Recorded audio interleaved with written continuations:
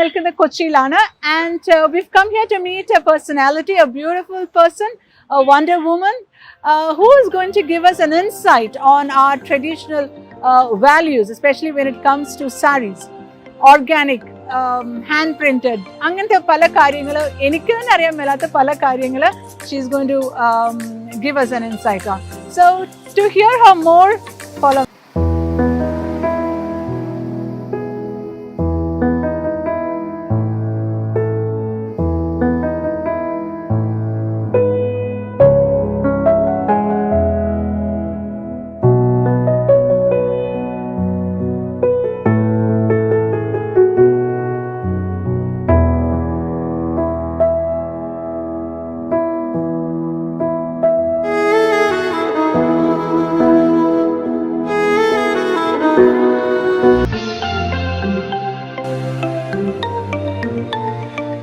Shruti Prajosh ആണ് നമ്മുടെ ഇന്നത്തെ wonder woman.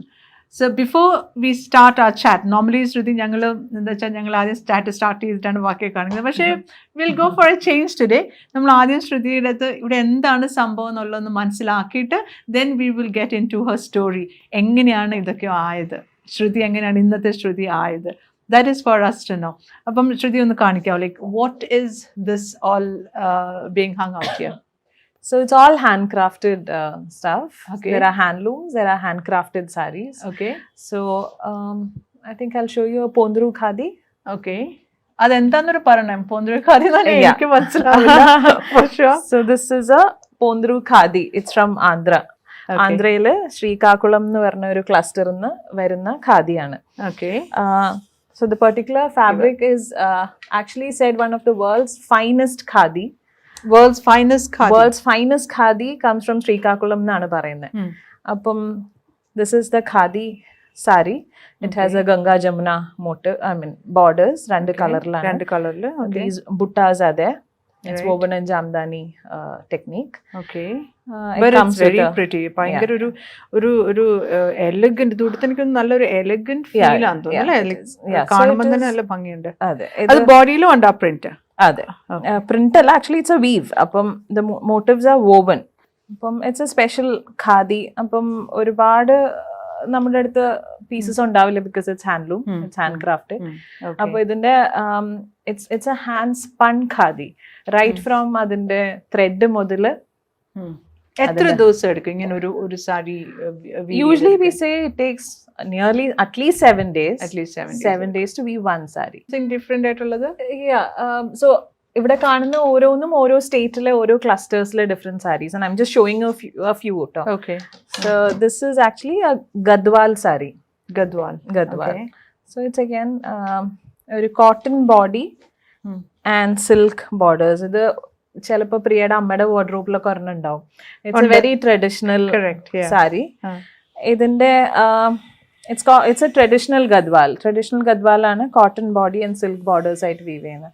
It's called kuttu borders. Okay. അതായത് ബോഡി വീവ് ചെയ്യുന്നതും പല്ലു വീവ് ചെയ്യുന്നതും ബോർഡേഴ്സ് വീവ് ചെയ്യുന്നതും വേറെ വേറെ വീവേഴ്സ് ആണ്. 3 പേര് ഇരുന്നിട്ടാണ് വർക്ക് ചെയ്യുന്നത് ഒരു സാരിക്ക്. It's a traditional Gadwal sari. ഈ കലംകാരി റൺ ചെയ്യുന്നതിന്റെ ഒരു ചാം എന്താന്ന് വെച്ചാല്, ചിലപ്പോ people come to me and ask, Shruti kuttu ബോർഡറിലുള്ള ഗദ്വാൽ ഉണ്ടോ, അല്ലെങ്കിൽ രുദ്രാക്ഷം മോട്ടീവ് ഉള്ള ഗദ്വാൽ ഉണ്ടോന്ന്. That's where I get a high. Well, actually speaking, honestly speaking, I have no clue about all this. പക്ഷേ എനിക്കിതൊക്കെ കേൾക്കുമ്പോഴും ഇപ്പൊ ശ്രുതി ഓരോന്ന് പറയുമ്പോഴും എനിക്ക് ഭയങ്കരമായിട്ട് ഇൻസ്പയർഡ് ആവുന്നുണ്ട്. Because I do not know anything about this. ഇത്രയും ആർട്ടിസൻസ് ഉണ്ടായി, ഇത്രയും ഹാർഡ് വർക്ക് ചെയ്ത് സാരികൾ ഇറക്കുന്നു എന്ന് പറയുന്നത് ശരിക്കും അതൊരു മാറ്റർ ഓഫ് പ്രൈഡ് തന്നെയാണ്. നമുക്ക് അഭിമാനിക്കാവുന്ന ഒരു സംഭവം തന്നെയാണ്. Actually I'm falling in love with these sarees. So we say each saree has a story. That's our tagline. Yeah. And each saree, I've heard that line before. Yeah. Each saree has a story. Each saree Everything has a story.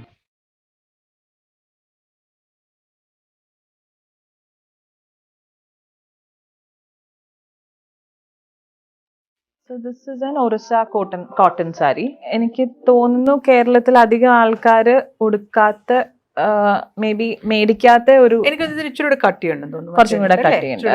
It's മെസ്സറൈസ്ഡ് cotton, പക്ഷെ it's it's from ഒറിസയിലത്തെ clusters എന്നാണ്. ഒറിസയിലും ഇക്കത്താണിത്, tie-dye ചെയ്തിട്ടാണ് ഇത് we've ചെയ്യുന്നത്. അപ്പൊ ഇതിന്റെ നൂല് ആദ്യം tie-dye ചെയ്തിട്ടാണ് ഈ ഡിസൈൻസ് ഉണ്ടാക്കുന്നത്. അപ്പൊ യു കെൻ അസ്യൂം എന്തോരം മാത്തമാറ്റിക്കൽ പ്രിസിഷൻ ഇതിന് വേണം. അപ്പൊ ബംഗാളിൽ നിന്നുള്ള വീവ്സിന്, ഒറിസയിൽ നിന്നുള്ള വീവ്സിനൊക്കെ ഫിഷസ് ഒക്കെ കാണും. അപ്പൊ അത് ഓരോ റീജിയന്റെ കൾച്ചറാണ് ഇതിനകത്ത് കാണുന്നത്. അതെ. പക്ഷെ നമ്മളിപ്പോൾ ഇതിനെപ്പറ്റി ഒന്നും അറിയത്തില്ലെങ്കിൽ, ഈ ഒരു സാരിയുടെ ഹാർഡ് വർക്ക് അറിയത്തില്ല എന്ന് പറഞ്ഞാലും, നമ്മൾ ഒരാൾ ഇങ്ങനെ ഉടുത്തോണ്ട് പോയി കണ്ട് നമ്മൾ ആ കാണുന്ന എന്താ, അതിന്റെ റെഡ് കളർ കാണും, ഓക്കെ മുന്താണി ഇങ്ങനെ ഒരു പ്രിന്റ് ആണ്, റെഡ് കളറാണ്, ഇതാണ് ഓക്കെ, കുഴപ്പമില്ല, തീർന്നു. പക്ഷെ ഇതിന്റെ പുറയിലുള്ള ഹാർഡ് വർക്ക്, ഇതിന്റെ പുറയിൽ എന്തുമാത്രം ഈ പറഞ്ഞ പോലെ ആ കാൽക്കുലേഷൻ അല്ലെ, അതിന്റെ ഈ എന്താ പറയുക, ടൈ ഡൈ ചെയ്ത് അതിന്റെ ആ ഒരു കാൽക്കുലേഷൻസ് ഒക്കെ മാത്തമാറ്റിക്കൽ പ്രിസിഷൻ ആണ്. അതായത് ഒരു സാരി ചെയ്യാനായിട്ട് ഒരു എലാബറേറ്റ് ടൈഡൈ ഡിസൈൻ ചെയ്യാനായിട്ട് ഒരു മാത്തമാറ്റിക്കലി ഒരു മാസ്റ്റർ വീവറിനെ പറ്റുള്ളൂ. സോ നമുക്കിനിയും ശ്രുതിയുടെ വിശേഷങ്ങൾ കേൾക്കാം. How did Shruti become an entrepreneur? ഞാൻ ശ്രുതിയുടെ സ്റ്റോറി കുറച്ച് നേരത്തെ കേട്ടോണ്ട് I am just giving you a small hint, like Shruti was never an entrepreneur. She had studied something else. So Shruti, we would love to know like how you became an entrepreneur. Yeah, sure. All right. So hold on.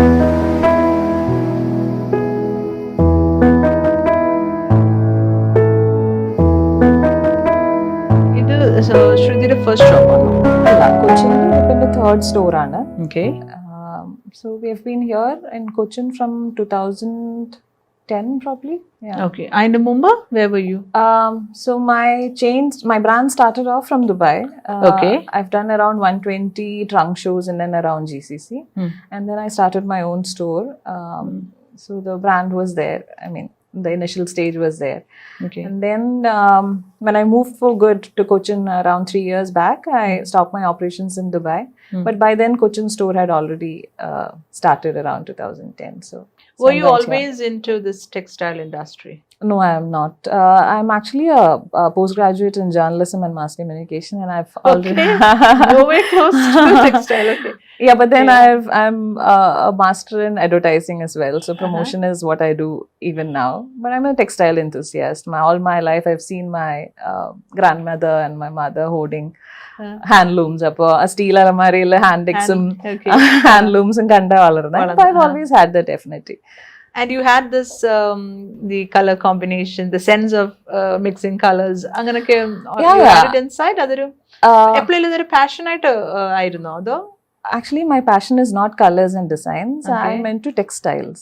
I like I like textiles basically. So when you go to these people, do you give them the colors, or they just give you them prints and they just give you the colors? I personally believe weavers are the biggest designers in the industry. So I completely rely on them. And I do not enter into their designing thing unless and until there is some intervention required. ഇപ്പം ചില handloom, അതായത് ഇപ്പോൾ നമ്മൾ കേരള കൈത്തറി project run ചെയ്യുന്നുണ്ട് for last 7 years. അപ്പം നമ്മളിവിടെ കുത്താമ്പള്ളിയിലുള്ള weavers ആയിട്ടാണ് വർക്ക് ചെയ്യുന്നത്. അപ്പോൾ every 7 years, I mean through out the last 7 years we have been working with them. അപ്പോൾ അവിടെ എന്തെങ്കിലും ഡിസൈൻ ഇന്റർവെൻഷൻ വേണം. ഇപ്പോൾ kasavu all throughout the year നമുക്ക് കസവ് കൊടുക്കാൻ പറ്റില്ല. അപ്പോൾ we introduce colours to it, we introduce certain techniques to it. Because I work with different other clusters. ഞാൻ ചന്തേരിയിലുള്ള ഒരു മാസ്റ്റർ വീവർ ആയിട്ട് കണക്ട് ചെയ്യിപ്പിച്ച് we brought in some intervention. That is possible. So you mix all these I do, yeah. So that it's sustainable and it's going on, so that the loom runs throughout the year. Okay. അല്ലാണ്ട് കസവ് നമ്മൾ വിഷുവിന് ഓണത്തിനല്ലേ ഉടിക്കുന്നുള്ളൂ. അപ്പം അങ്ങനെ ചെറിയ interventions ചെയ്യും. Otherwise I stick to the original. And ഇവിടുത്തെ ക്രൗഡിന്, when I say ഇവിടുത്തെ crowd means Kerala crowd, do they welcome Kalamkaari? Actually, I mean, very upset regarding that, because when I moved from Dubai, I feel it's a little, people are not very receptive, as in people do not know much about handlooms. ഇവിടെ handloom എന്ന് പറഞ്ഞാൽ cotton sari അല്ലെങ്കിൽ ഒരു കസവ് സാരി, അത്രേ ഉള്ളൂ. ഒരു handlooms sari ഉടുക്കുന്നതും ഒരു നോർമൽ കോട്ടൺ സാരി ഉടുക്കുന്നതും തമ്മിലുള്ള ആ ഫീല് ഒന്ന് പറയാമോ? Like what is the difference? Handlooms എന്ന് പറഞ്ഞാൽ it's completely made by hand. It's not a mill made thing. It's not coming out of the factory. So you wouldn't have, replicas ഒരു 100 എനിക്ക് colour changes തരാൻ പറഞ്ഞാലൊന്നും തരാൻ പറ്റില്ല. Okay. Each saree, for the least I can mention 7 days എടുക്കും ഒരു സാരി ഉണ്ടാക്കാനായിട്ട്. അപ്പോൾ it's A time consuming process. There is money involved, there's labor involved, there's a lot of things involved. Right. അപ്പോൾ അതിന്റെ comfort is different. If you are a handloom wearer, you will till your end of life you will be a handloom wearer. Shruti, ഒരു person, if she's got a bigger frame, okay, അങ്ങനെ ഒരാൾക്ക് when they go for a handloom, will they look more wider or will they look a little bit thin? കാരണം നമുക്കറിയാം, ഞാനൊക്കെ ഉണ്ട് പറയില്ലേ, ഇത് ഏതൊരുപ്പിട്ടാലും മെലിഞ്ഞു തോന്നണമെന്നുള്ള ആഗ്രഹത്തോടെ ഇടുന്ന വീട്ടിൽ. സോ അങ്ങനെ ഒരു ഇത് വെച്ച് ഞാൻ ചോദിച്ചാൽ, ലൈക്ക് അപ്പൊ ഹാൻഡ്ലൂമിന് will handloom make you look wider or will it make you look thinner? I think that's a very controversial question. First of all, we do not believe in body shapes and things. So, no, but whoever comes in, it's not that believing in adha ചോദിച്ചേ, but it's ആ ഉടുക്കുമ്പോ ഒരു ഭംഗിയുണ്ടല്ലോ നമുക്ക്, അത് വെച്ച് ഞാൻ ചോദിച്ചാലേ. So what we say is, പണ്ട് നമ്മൾ പറയുമായിരുന്നല്ലോ horizontal lines കൊടുത്താൽ തടി കൂടുതൽ തോന്നും, vertical lines കൊടുക്കണം. Whoever comes in, whoever walks in, we just say that you just know your purchase. That is where it's coming from, how it's made, what it's made of. Okay. Those three things. So we give a small handwritten note explaining what it is. Rest is your confidence. That's what we say. No, ഇത് എന്നെ പോലുള്ള പലർക്കും ഉള്ള ഒരു question തന്നെ. നമ്മളിതൊക്കെ പറയല്ലേ, പക്ഷേ still the first thing that I look is when I drip a saree, first thing ഞാൻ എന്റെ വീട്ടിൽ മമ്മിയുടെ ഒക്കെ ചെയ്യും, ഇത് എടുത്തിട്ട് ഭയങ്കര വേണം തോന്നുന്നു, വലിഞ്ഞു തോന്നുന്നു ചോദിക്കുമ്പോൾ. And second thing, normal question ആണ്. Yeah, just to add on, handloom sarees are not always stiff and cottons മാത്രല്ല handloom. Alright. There are different kinds of handlooms. Handlooms can be as flowy and as silky, you know. ആ ഒരു ഇപ്പൊ നമ്മള് georgette കൊടുക്കുന്ന പോലത്തെ ഹാൻഡ്ലൂംസും ഉണ്ട്. Okay, അത് I didn't know. This I didn't know. I had this in my mind that handlooms it should hard, or like, you know, it's stiff and starch exactly. So ende manasila adha kedakane. Shruti, when you said that you make this, say for example this one saree, like, can you explain to me and to our viewers how this is made exactly?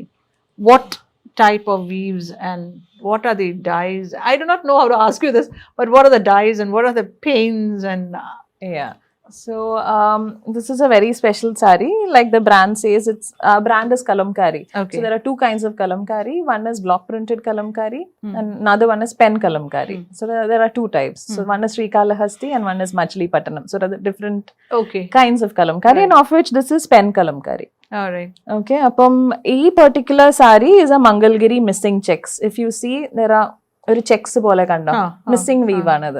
So this is Mangalagiri missing check sari. അതായത് ഈ we've ഇവിടെ gap ഇട്ട് we've ചെയ്യുന്ന gap ഇട്ടിട്ട് ഒരു missing lines ഉണ്ട് അതിനകത്ത്, അതുകൊണ്ടാണ് ആ ചെക്സ് പോലെ തോന്നുന്നത്. ഓക്കെ, ആ ബേസ് ഫാബ്രിക്കിന്റെ മുകളില് ബ്ലോക്ക് പ്രിന്റ് ചെയ്തിരിക്കുകയാണ്. Okay, and the dye, this particular dye is indigo, which is a natural colour. Block print ചെയ്തേക്കുന്നത് രാജസ്ഥാനിലെ ആർട്ടിസാൻസ് ആണ്.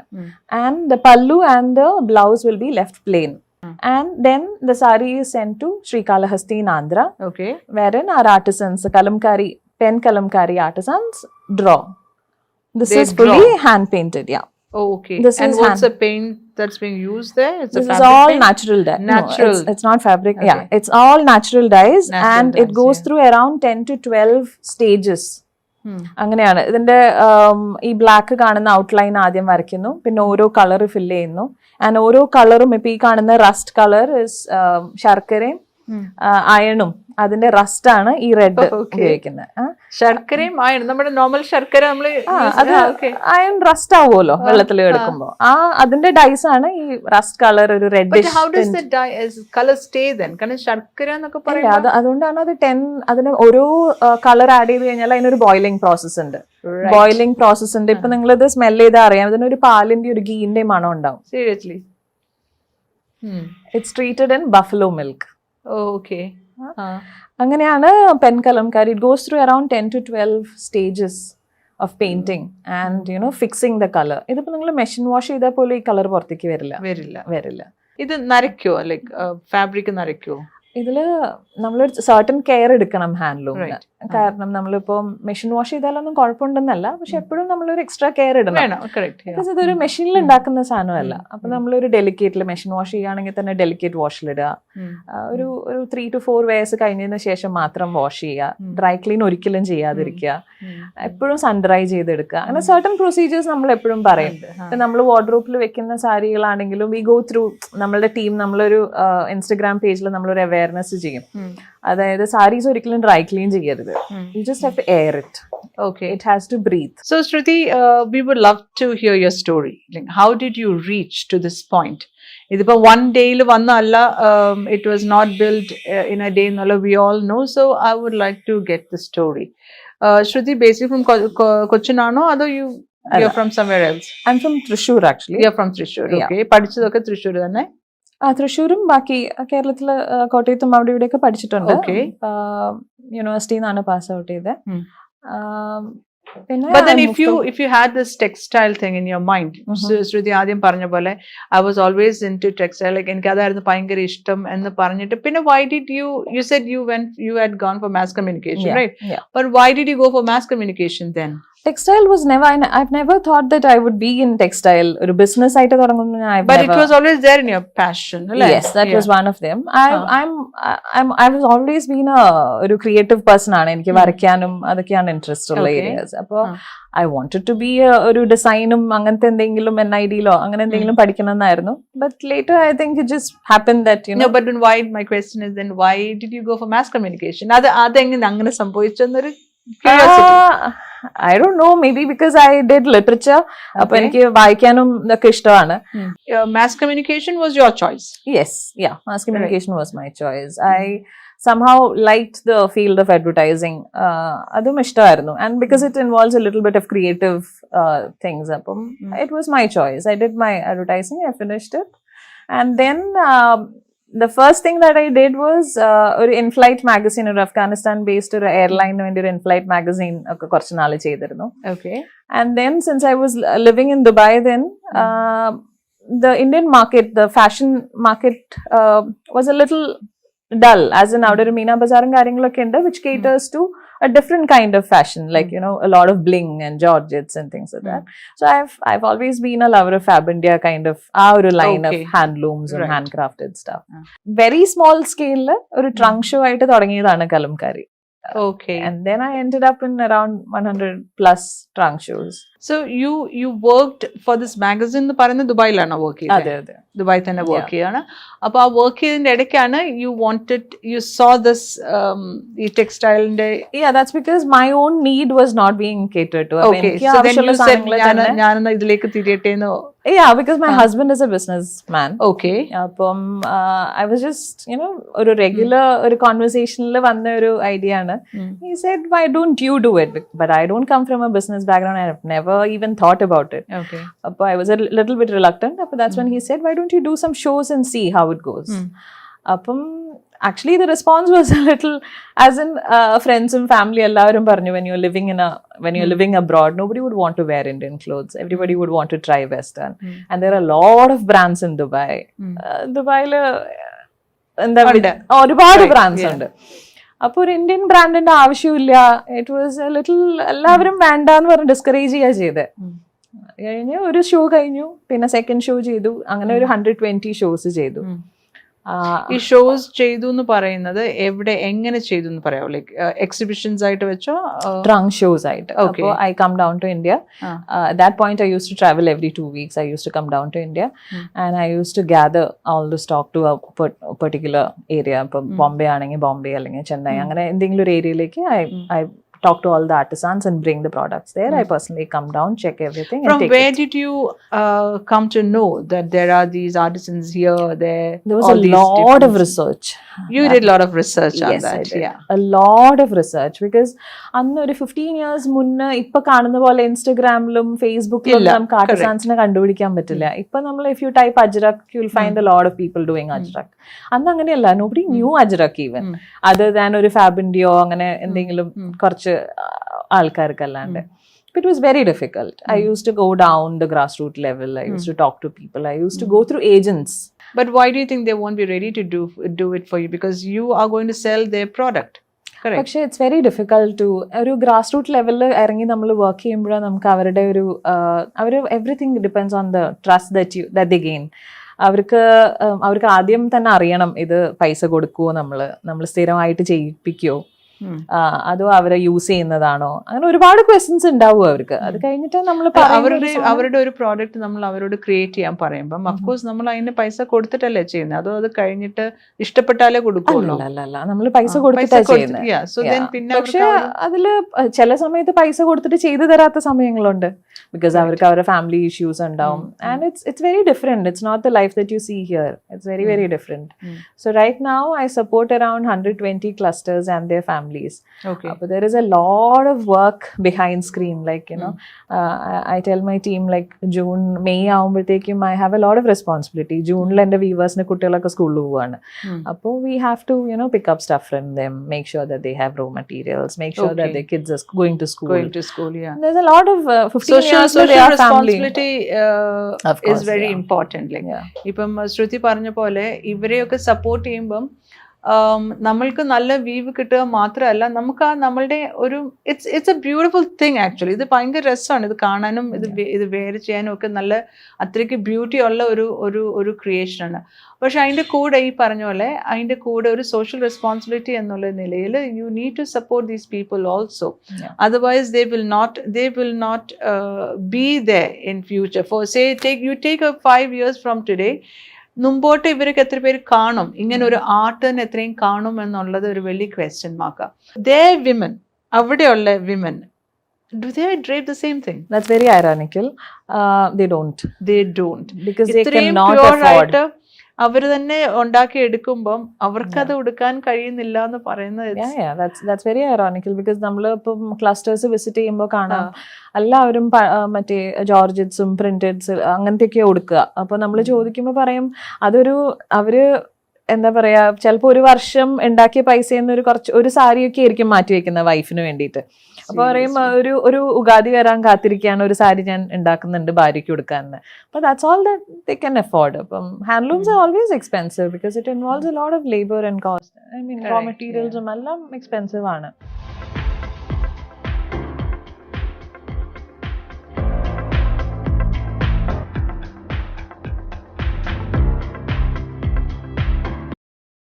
ശ്രുതി, ഇവിടെ നമ്മുടെ കേരളത്തില് അല്ലെങ്കിൽ കൊച്ചിയില് ഇതുപോലെ വീവേഴ്സ് ഉണ്ടോ? ഉണ്ട്. കേരളത്തില്. അപ്പൊ അവര് വീവ് ചെയ്യുന്ന എന്താണ് ആക്ച്വലി? ഇപ്പൊ ഈ പറഞ്ഞ പോലെ ഓരോ സ്റ്റേറ്റിനും ഓരോ വീവിംഗ് എന്ന് പറയുമ്പോൾ നമ്മുടെ കേരളത്തിന്റെ അതിനെന്താ പറയുന്നത്, ആ വീവിംഗ് എന്താ പറയുന്നത്?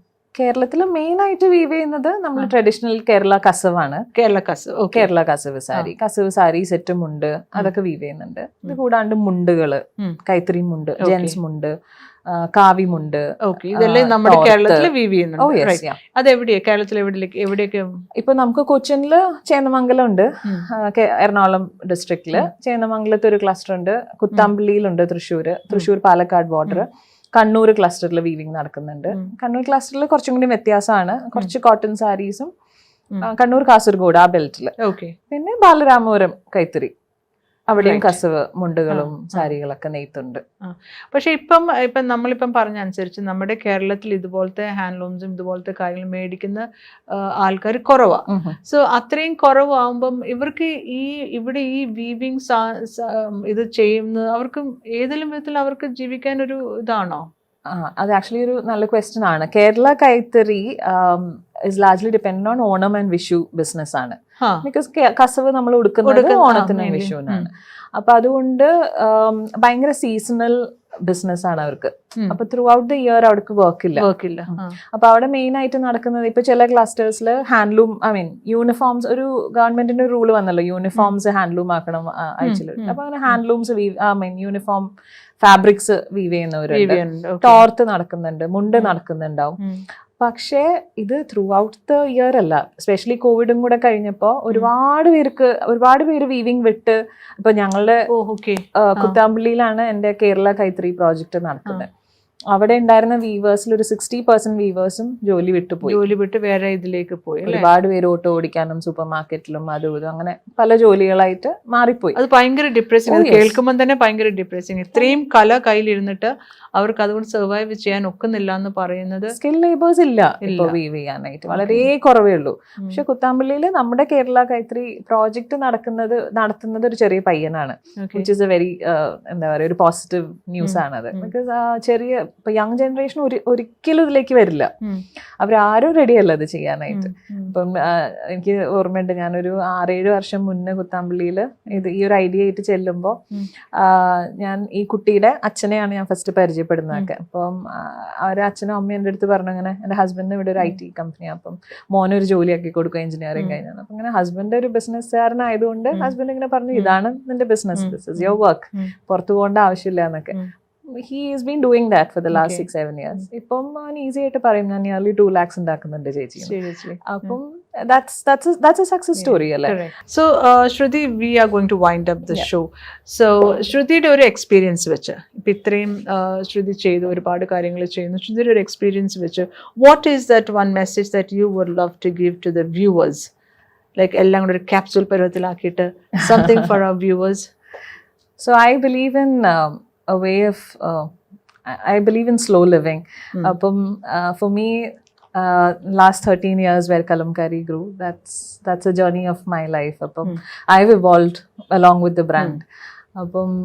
It's a lot of hard work. I've learned patience, ഒരു perseverance, ഒരുപാട് കാര്യങ്ങൾ അതിൻ്റെ കൂടെ ഞാൻ ഇവോൾവ് ചെയ്തതിൻ്റെ കൂടെ ഉണ്ടായിട്ടുണ്ട്. So I started the brand in my early 20s. I'm also growing along with the brand. I think women are capable of doing anything and everything. It's just that they need a little bit of support. I think anything is possible for women. I started off from a very difficult environment. As in, Dubai ഒരു മലയാളി ഒരു സ്ത്രീക്ക് ഒരു ചെറിയൊരു brand set ചെയ്യാന്ന് പറഞ്ഞാൽ തന്നെ it's near to impossible. ഒരു 15 years മുന്നേ. That's where I started off. Then I moved to Kenya, which is an African market, wherein people were saying, Indian clothes കൊണ്ട് ആഫ്രിക്കയിൽ എന്ത് ചെയ്യാനാണെന്ന്. അപ്പം I survived in Nairobi. I came to Cochin. I'm still surviving. I think that's the key. You take it slow, everything will come to you, whatever is meant to be. Yeah. That was awesome.